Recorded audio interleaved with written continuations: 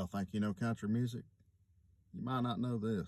Part 81. One of the most under-talked about and underrated artists and songwriters and people of the 1980s is John Anderson, by far. John's always been one of my absolute favorites. I know he's a lot of people's favorites. A truly one-of-a-kind voice that Waylon once said it sounds like he's got a foot pedal in his throat when he sings. And we're going to go into him a lot more. I just wanted to tell you this little story here. Back around 1982, John was getting ready to start work on his fourth record. It would become known as Wild and Blue. Well, there's a songwriter from Alabama named Lionel Delmore. Him and John co-wrote a bunch of songs together. A lot of them was hits. Lionel called John one day, said, "Hey man, I've got this idea," and told him what it was. "You need to ride over here." And John said, "I'm on my way over there." So they sat down and Lionel started singing some lyrics, had this little groove. John was watching him and John said, "Play that again." And then John switched up the rhythm pattern and the chords a little bit. But before you knew it, they had him a little song with 2 verses. Well, they never quite finished it. And when it came time for John to finish up work on his fourth record, he was talking to Lionel and said, "Man, he's one song short." He said, "Why don't you do that song we started?" And he said, "Hell, it ain't finished." Lionel said, "Well, finish it." So John sat down and wrote a 3rd verse and recorded it. The name of that song was Swingin'. Put it on his 4th record, Wild and Blue. Now, of course, it's the same old song and dance with record labels. They didn't like the song. They didn't even want to release it. But John had a friend that he had made that actually helped him get discovered and signed to Warner Brothers in 1976. Big music publisher and connected guy named Al Gallico. Al Gallico convinced Warner Brothers to put this song out. If not for him, these talking heads at the record label might not have ever put out Swingin'. Can you imagine a world without Swingin' and without John Anderson? Don't take it from me, though.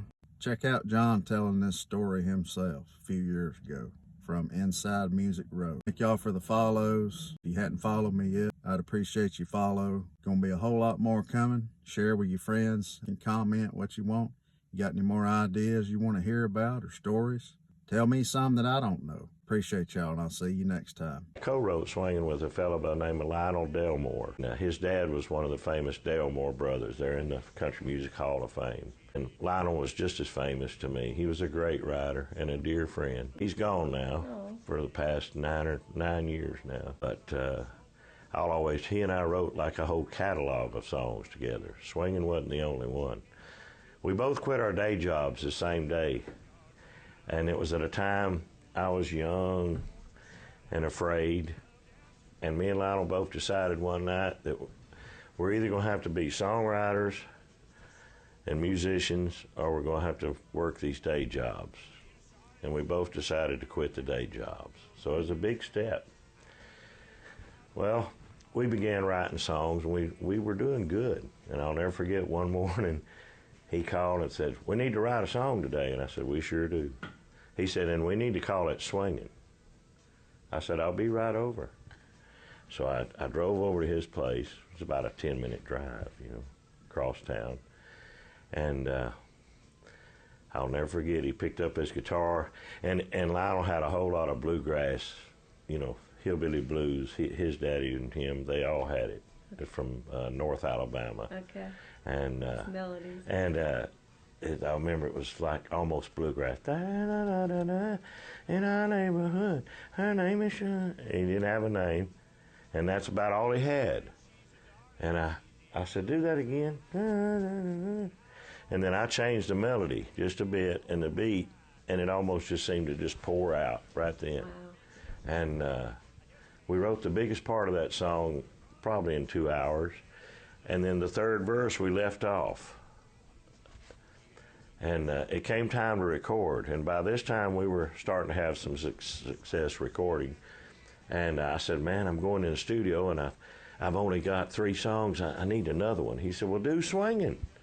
I said, "Well, it's not finished." He said, "Well, finish it."